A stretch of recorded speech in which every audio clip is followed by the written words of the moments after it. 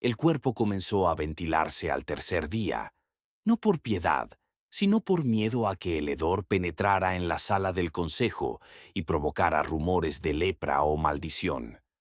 Los sirvientes del palacio colocaron trapos húmedos empapados en vinagre y resina maloliente bajo las puertas de la sala del trono, pero el olor los atravesaba como un cuchillo atraviesa la tela podrida. Los allegados al inquisidor hablaban en voz baja, apartando la mirada. Algunos por miedo, otros porque ya no podían contener las náuseas. La piel de sus pies se desprendía de las uñas como papel mojado. La gangrena se extendía desde los pies hacia arriba, hacia la ingle, y los médicos, uno tras otro, se negaban a entrar en la habitación. Pero él ordenaba quemar a otros dos y seguía firmando, sosteniendo la pluma entre los dedos envueltos en tela para cubrir las úlceras sangrantes. Hacía mucho calor en Sevilla. Era el siglo XVI y la corte real estaba sometida a la voluntad de un solo hombre, el viejo, casi paralítico, pero aún todopoderoso gran inquisidor Francisco del Valle. El pueblo lo conocía como el hombre que había limpiado Aragón de herejes y Castilla de brujos. Pero ahora no salía de sus aposentos. Los sirvientes le llevaban la comida, pero la sacaban casi intacta. Según los informes del sirviente Antonio Calvo, el señor inquisidor se niega a masticar, quejándose de dolor en la mandíbula y debilidad. En el último informe, redactado en agosto de 1549, se indica: no digiere los alimentos, sangre en la orina, de la boca emana un olor dulzón a putrefacción. Así comenzó todo. Luego aparecieron las úlceras, primero en los dedos de los pies. Después, manchas oscuras en los muslos que, al tocarlas, comenzaban a supurar y a exudar un líquido turbio. El inquisidor prohibió a los médicos examinar la parte inferior de su cuerpo sin guantes, pero nadie pudo determinar con certeza la causa. El médico Salvador de Rojas planteó la hipótesis de podredumbre interna debido a la impureza de la sangre. Se le prescribió una sangría frecuente, al principio 2 veces por semana, luego a diario. Según el informe del farmacéutico, al sexto día después de la sangría, el cuerpo del señor se enfrió hasta las rodillas. La respiración se volvió entrecortada y la orina turbia con arena. Se le recetaron medicamentos a base de opio y infusión de mineral de hierro. Pero no solo el cuerpo empeoraba. Por las noches, el inquisidor comenzaba a hablar con una silla vacía que estaba junto a su cama. A veces ordenaba ejecutar a personas sin pruebas, nombraba a herejes muertos hacía mucho tiempo que se habían retractado durante los interrogatorios. A veces se quedaba dormido en el suelo, vestido solo con una camisa, creyendo que así expiaba sus pecados anteriores. Los sirvientes murmuraban que ya no rezaba, sino que balbuceaba. Cuando su capellán personal intentó administrarle la comunión, el inquisidor empujó bruscamente el cáliz, derramando el vino y gritando: «Yo soy el tribunal, yo mismo». En una nota secreta de uno de los ayudantes del arzobispo de Toledo se decía: «El olor a podredumbre es tan insoportable que se han colocado braseros de cobre con carbón y hierbas secas en la sala de recepción. Los cortesanos salen con dolor de cabeza y manchas en la ropa». A las pocas semanas hubo que cambiar toda la tapicería de los sillones de la sala contigua, ya que la piel había absorbido el olor a cadáver. Los funcionarios más cercanos al trono comenzaron a pasar los documentos a través de terceros. Los apretones de manos fueron sustituidos por breves reverencias. Mientras tanto, las intrigas se intensificaban. Llegaban rumores de que el propio rey se había planteado si no había llegado el momento de destituir al viejo verdugo y nombrar a alguien más joven, más flexible y menos supersticioso. En Salamanca ya circulaban cartas entre el obispo y el consejero de la reina. Si Francisco muere en los próximos meses, estamos dispuestos a proponer la candidatura de don Ramiro.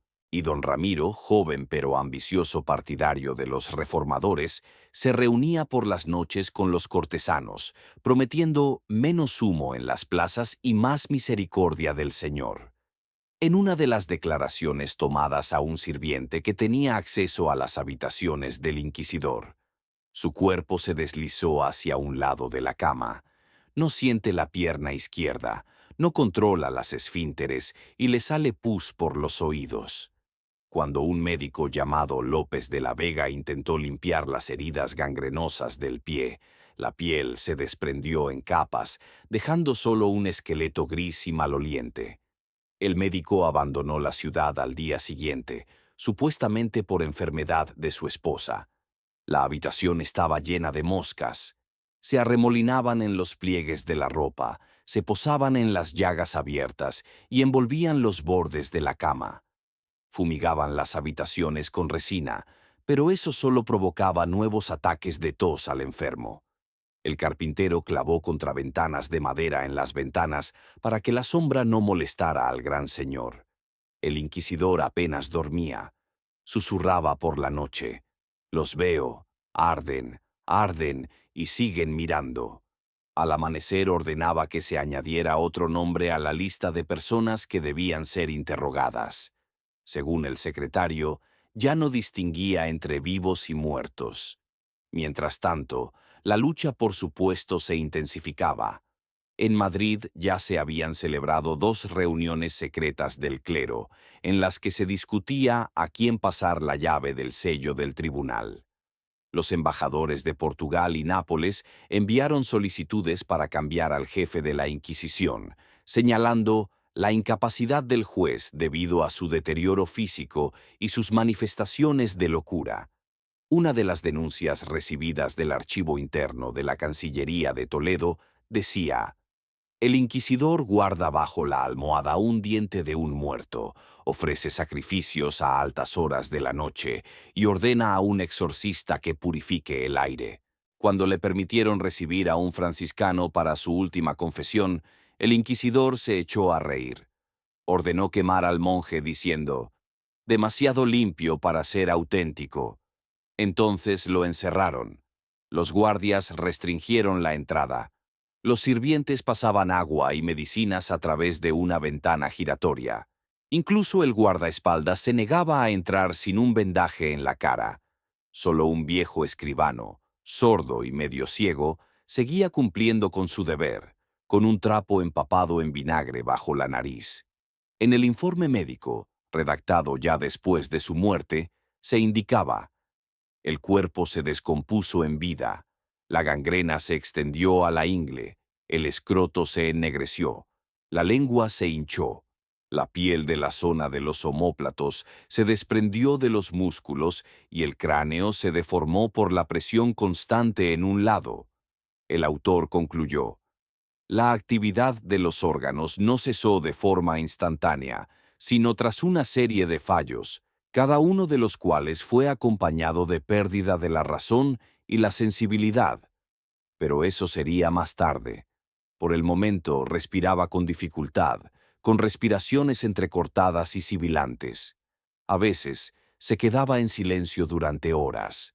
En esos momentos, el patio tenía esperanzas, pero cada mañana recuperaba la conciencia y exigía ejecuciones. El último día de la primera semana de septiembre, ordenó que llevaran a sus aposentos al hijo de uno de los obispos, acusado de simpatizar con los herejes. Según los rumores, quería interrogarlo personalmente. Cuando llevaron al niño a la habitación, éste perdió el conocimiento por el hedor y lo sacaron sin llegar a la cama. El inquisidor jadeaba: «Está débil. Todos están débiles. Solo yo veo las llamas negras». Al día siguiente, la sala del trono estaba vacía, y después también las habitaciones de su residencia. Pero el inquisidor seguía vivo, pudriéndose y mandando, y el miedo que había sembrado seguía vivo en las paredes, en las almohadas, en el olor que ya no se podía quitar. En la segunda quincena de septiembre, el hedor se extendió por toda la parte occidental del palacio. Por orden del tesorero, se colgaron ramilletes de ajenjo seco y musgo sobre las puertas, y se colocaron cuencos de cerámica con vinagre y ceniza a lo largo de los pasillos. Pero ninguna medida sirvió de nada. La putrefacción era irreversible. Según una sirvienta, interrogada más tarde por orden del nuevo administrador de la corte, ya era imposible distinguir dónde terminaba la carne y dónde comenzaba la secreción. El cuerpo se deterioraba rápidamente. El muslo derecho se hinchó. Los vasos sanguíneos bajo la piel reventaban por la presión y de las úlceras abiertas brotaba un líquido de color verdoso.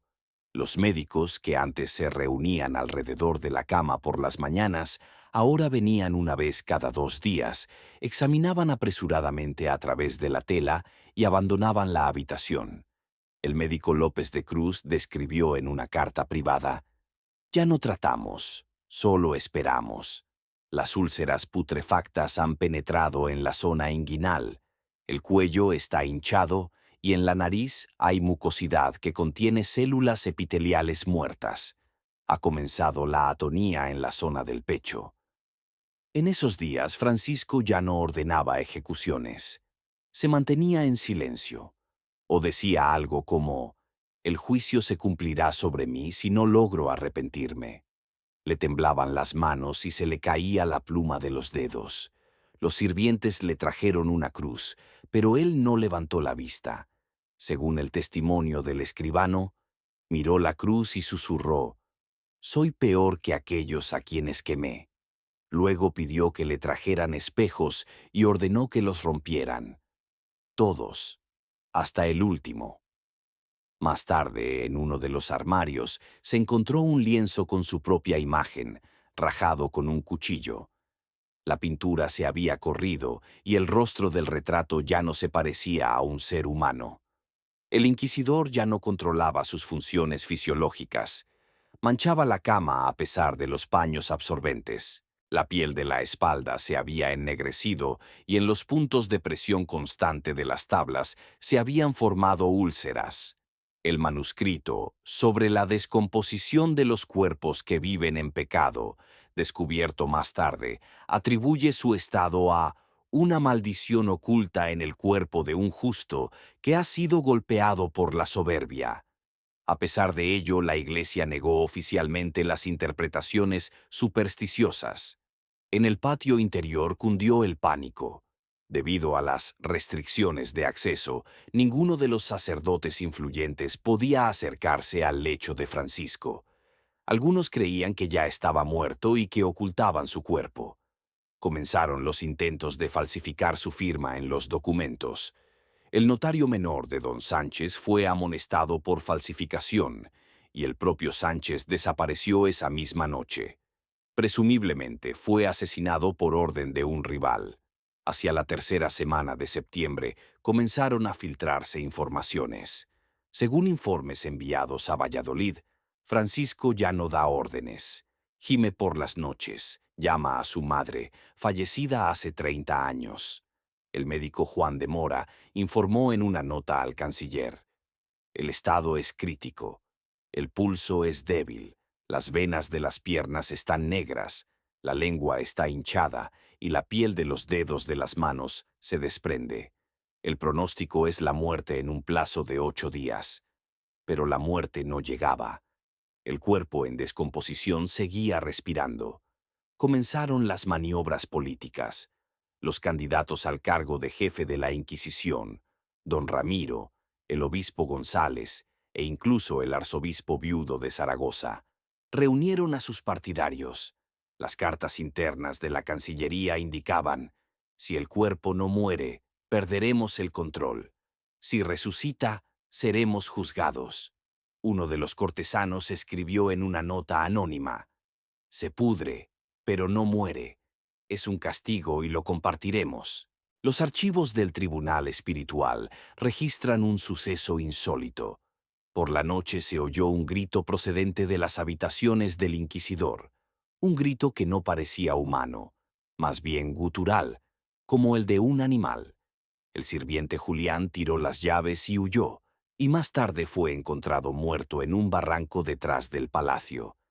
Esa noche, el cuerpo del inquisidor fue girado de lado para que el líquido purulento pudiera escurrirse.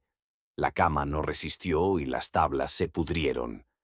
Se decidió no cambiar la cama, sino colocar debajo una bandeja metálica con arena. El 4 de octubre un sirviente informó de que el inquisidor había estado llorando.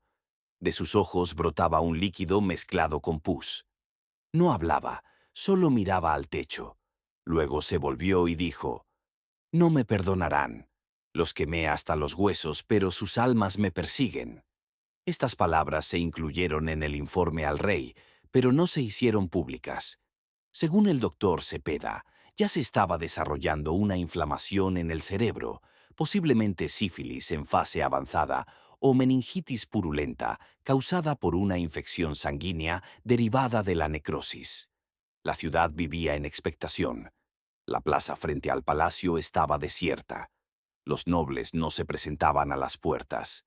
El nuncio papal abandonó Madrid alegando enfermedad. En algunas parroquias comenzaron a rezar en secreto por su muerte, para que el hedor del juicio se fuera de la tierra. Algunos sacerdotes escribieron que la Inquisición había perdido su legitimidad mientras su jefe siguiera respirando en pecado. Al amanecer del 7 de octubre, a las 4:30, se produjo una breve interrupción de la respiración. Un sirviente corrió a llamar al médico, pero cuando éste llegó, el inquisidor volvió a respirar, con un sonido ronco, convulsivo y burbujeante. Ese día corrió el rumor por los pasillos: «El diablo lo tiene agarrado por el cuello y no lo suelta». Nadie se atrevía a reír. Por la noche las ratas comenzaron a reunirse en sus aposentos. Revoloteaban en las esquinas, se metían debajo de las almohadas. Las trampas no funcionaban. Según una carta del guardia, no tienen miedo. Es como si supieran que pronto llegará el final. Se cerró la habitación, pero el olor se volvió insoportable. Incluso los guardias abandonaban sus puestos cada hora. Uno de los guardias describió más tarde: «La piel de la cara se le desprendió. El rostro se volvió gris, casi azul. Los ojos estaban turbios, pero abiertos. Miraba, pero no veía». Al día siguiente, debido al intenso calor, comenzaron los disturbios en la ciudad. El pueblo exigía la confirmación de la muerte. Alguien lanzó una piedra contra la ventana de la sala del inquisidor. Se oyó un grito. La guardia detuvo a varios que fueron ejecutados más tarde, sin esperar la orden firmada, supuestamente por el propio Francisco. Esta orden se conserva todavía en el archivo con la nota. Se desconoce si la firma es auténtica. Y sin embargo, respiraba. Contra natura, contra las leyes de la carne y contra la voluntad de quienes lo rodeaban. Respiraba como respira un tronco podrido en un pantano, sin razón, sin palabras, pero con un hedor que descomponía las paredes y los miedos. El 11 de octubre, hacia el mediodía, el cuerpo de Francisco comenzó a descomponerse en la zona del cuello. Se observó un ablandamiento de los tejidos, un aumento brusco de la temperatura de la piel, que ya no podía llamarse humana. Se volvió pegajosa, con un dibujo marmóreo de vasos sanguíneos y ampollas azuladas. En la autopsia, realizada 3 semanas después de la muerte, el doctor Pedro Iñárritu señaló: «En la unión de la columna vertebral y el cráneo se ha encontrado una amplia cavidad putrefacta. Las vértebras están desprendidas y el cerebro está blando. El lóbulo derecho está destruido, el ojo izquierdo está hinchado y el cristalino se ha descompuesto en vida». Pero entonces aún vivía. La respiración se debilitaba, los ojos permanecían cerrados la mayor parte del tiempo. No hablaba, no se movía, solo tragaba saliva con dificultad. Al intentar darle a beber una infusión de cebolla y vinagre, se atragantó y empezó a toser, expulsando de la boca una mucosidad marrón oscura con restos de sangre. El médico Cepeda, que regresó a los aposentos tras 3 días de ausencia, observó: «A juzgar por la ausencia del reflejo de deglución, Pronto comenzará la asfixia, pero el corazón, a pesar de todo, sigue latiendo. Al mismo tiempo, en el palacio comenzaron a revisar los archivos. Preparaban un sustituto. Don Ramiro se promocionaba a través de la viuda del canciller y el obispo González a través de sus influencias en el clero sevillano. El rey no intervino. Según una de las versiones, consideraba que Francisco era su propio juez y que ya estaba pagando por sus actos en su lecho de muerte. Según otra, temía que un cambio abierto en la cabeza de la Inquisición provocara disturbios en Ávila y Zaragoza, donde los herejes aún se escondían en los sótanos. Mientras tanto, en los aposentos ocurría algo inexplicable. Un sirviente llamado Rodrigo, posteriormente declarado demente, afirmó que durante la noche se oían voces que hablaban en una lengua desconocida, procedentes del cuerpo del inquisidor. Según él, el inquisidor se levantó de la cama, a pesar de que llevaba 2 semanas sin poder mover las piernas, y recorrió la habitación tocando las paredes. Por supuesto, esto no fue confirmado, pero por la mañana se encontró un candelabro roto y una cortina rasgada. El sirviente fue ejecutado por blasfemia. El 13 de octubre, el médico de Cruz intentó amputar la parte inferior de la pierna derecha para detener la infección ascendente. La intervención fue un fracaso. Al hacer la incisión, la carne se desprendió, salió casi medio litro de una masa maloliente del muslo y el paciente empezó a ahogarse. La intervención se detuvo. A la mañana siguiente, el médico se suicidó. En la nota que dejó escribió: «He tocado el infierno con mis propias manos. Él nos observa. Vive en este cuerpo. No podemos detenerlo». En ese momento ya había 2 personas de guardia en la habitación, una durante el día y otra durante la noche. No se le servía comida. El inquisidor llevaba 8 días sin comer. Tenía la lengua agrietada y los labios cubiertos de sangre seca. La piel de su rostro estaba cenicienta, casi blanca. El cabello comenzó a caerse. La oreja izquierda se desprendió. Literalmente se desprendió mientras dormía.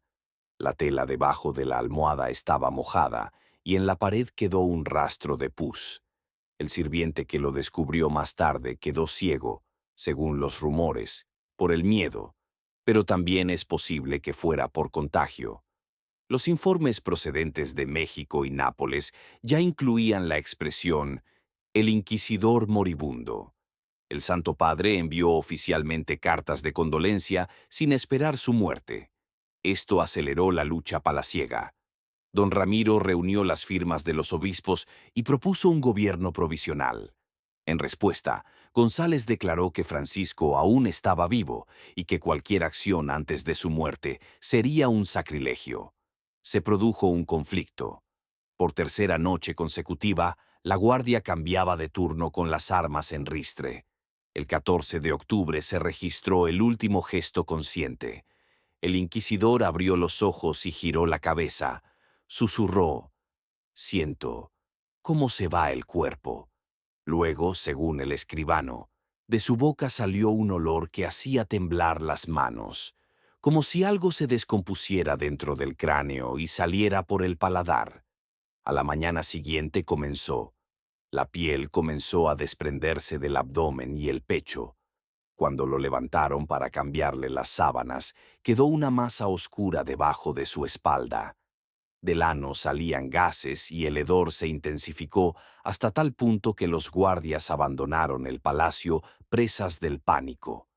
Comenzó la evacuación de las dependencias del palacio. Solo dejaron a un monje para que leyera los salmos, y eso a través de una puerta cerrada. Francisco del Valle murió en la noche del 15 de octubre, oficialmente a las 3 de la madrugada. En realidad, probablemente antes.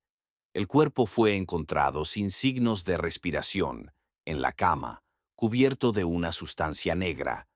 Los ojos estaban abiertos, las pupilas en blanco. La boca estaba torcida en una media sonrisa. En el pecho había una marca de mano, como si alguien hubiera apretado el pecho desde dentro. Se necesitaron más de 8 horas para sacar el cuerpo. Los carpinteros tuvieron que derribar parte de la pared, ya que era imposible sacarlo por la puerta debido a la descomposición y al tamaño de las extremidades hinchadas. No se pudo embalsamar. Al abrirlo, los tejidos se deshicieron. El olor era inhumano. El cuerpo fue colocado en un sarcófago de estaño, se vertió resina y se selló, pero al cabo de un día la resina se agrietó. El entierro se celebró sin público, sin campanas, sin anuncios. Solo el sacerdote leyó las palabras fúnebres. El Señor juzga y perdona. 3 de los que participaron en el entierro murieron en una semana de fiebre. Uno enloqueció. En el palacio se produjo un golpe de estado. Don Ramiro obtuvo un cargo. Una semana después, los partidarios del obispo González fueron arrestados. Comenzó una nueva purga, pero el pueblo ya no creía. Comenzaron los rumores de que la Inquisición estaba corrompida. Algunas iglesias cerraron y se quitaron las cruces para evitar la maldición del juez muerto. La muerte de Francisco no trajo la paz. Abrió un absceso. La sociedad ya no temía al fuego, temía contagiarse. La gente evitaba acercarse a la residencia. Incluso un mes después, el edificio seguía vacío. Las ratas se multiplicaron. Aparecieron manchas en las paredes. Nadie las limpiaba. Francisco del Valle era el juez más poderoso de su época. Limpió España de la herejía. Gobernó espiritual y físicamente. Su palabra valía más que un juramento. Su muerte debía ser solemne, pero fue putrefacta, pegajosa, sin oraciones, sin último arrepentimiento. Así terminó la era del terror. Así comenzó la era de la duda. El sarcófago fue sacado del palacio al amanecer del 17 de octubre. 4 portadores, vestidos con túnicas de lino grueso, caminaban en silencio. No había coro ni procesión solemne. La inscripción en la tapa, hecha apresuradamente y torcida, solo decía FDB, Juez de la Fe. No fue enterrado en la catedral como se esperaba, sino en la capilla de San Sebastián, a las afueras de la ciudad, en un terreno destinado desde hacía mucho tiempo al entierro de leprosos y monjes caídos. Esta decisión se justificó por la necesidad de evitar el contagio. En realidad, querían que su muerte se olvidara lo antes posible, pero no lo consiguieron. Al día siguiente del funeral, los feligreses desaparecieron de las iglesias de Ávila. En Valladolid, una multitud derribó al nuevo representante del tribunal inquisitorial, acusándolo de falsificación y incesto. En Sevilla quemaron 2 edificios administrativos, gritando que los gusanos del cuerpo de Francisco ahora están en las almas de los jueces. En respuesta, las autoridades organizaron ejecuciones públicas, pero ninguna causó miedo. El pueblo se reía mientras ardían los herejes, y un niño le tiró una manzana podrida al juez y gritó: «Hueles como él». El papado envió una carta urgente. Se debe reformar inmediatamente la institución judicial, destituir a todos los que se acercaron al cuerpo de Francisco y purificar el edificio. Se nombró una comisión especial formada por 6 médicos, un sacerdote y un alquimista. Su tarea era determinar si la enfermedad había sido natural. En su informe, redactado en diciembre, escribieron: la muerte se produjo como consecuencia de una extensa descomposición purulenta de los tejidos, una infección sistémica, una inflamación cerebral y una forma grave de gangrena interna. El cuerpo comenzó a descomponerse antes de la muerte clínica. La causa posible podría haber sido una infección a través de úlceras o las consecuencias de una sangría antigua realizada sin medidas sanitarias. Sin embargo, hay que reconocer que la descomposición fue anormalmente rápida, lo que llevó a la comisión a abstenerse de emitir un veredicto definitivo. Las opiniones entre el clero estaban divididas. Algunos vieron en ello un castigo divino. Un sacerdote de La Rioja escribió: «Quemó a quienes estaban más cerca de Dios que él, y ahora arde él mismo, en la tierra, en la memoria, en las entrañas, donde nadie lo llamó. Otros lo defendieron. El arzobispo de Zaragoza declaró que el inquisidor sirvió hasta el último día a la causa de la fe, y su carne se pudrió como la de los mártires. Pero incluso entre sus partidarios había quienes se negaban a visitar el lugar de su entierro. La muerte de Francisco no supuso el fin de la Inquisición, pero sí un punto de inflexión. El pueblo dejó de tener miedo. Los creyentes que veían en Francisco la mano castigadora de Dios, ahora lo recordaban como un ser podrido e impotente. Esto socavó el halo sagrado del tribunal. Las ejecuciones llevadas a cabo al año siguiente reunieron cada vez menos testigos. Los sacerdotes se negaban a participar en los interrogatorios. Los obispos hablaban de una temporal apostasía. Los archivos que quedaron tras su muerte estaban vacíos. La mayoría de los protocolos fueron destruidos durante los últimos días de vida del inquisidor, por orden suya. Ordenó quemar la lista de condenados para siempre y eliminar los libros negros, en los que se registraban los nombres de los testigos. Según su último secretario, temía que los muertos volvieran para vengarse si quedaban rastros de sus sufrimientos. Los sirvientes que sobrevivieron se dispersaron por los pueblos. 2 se convirtieron en mendigos. 1 desapareció. Otro fue encontrado muerto en un pozo. Según un vecino, por las noches gritaba que Francisco estaba de pie junto a su cabecera y le susurraba al oído los nombres de los que debían ser quemados. La residencia del gran inquisidor fue precintada. 2 meses después se produjo un incendio. Según la versión oficial, fue causado por un rayo. Sin embargo, los testigos afirmaron que, unas horas antes del incendio, habían oído golpes en las puertas de la sala vacía.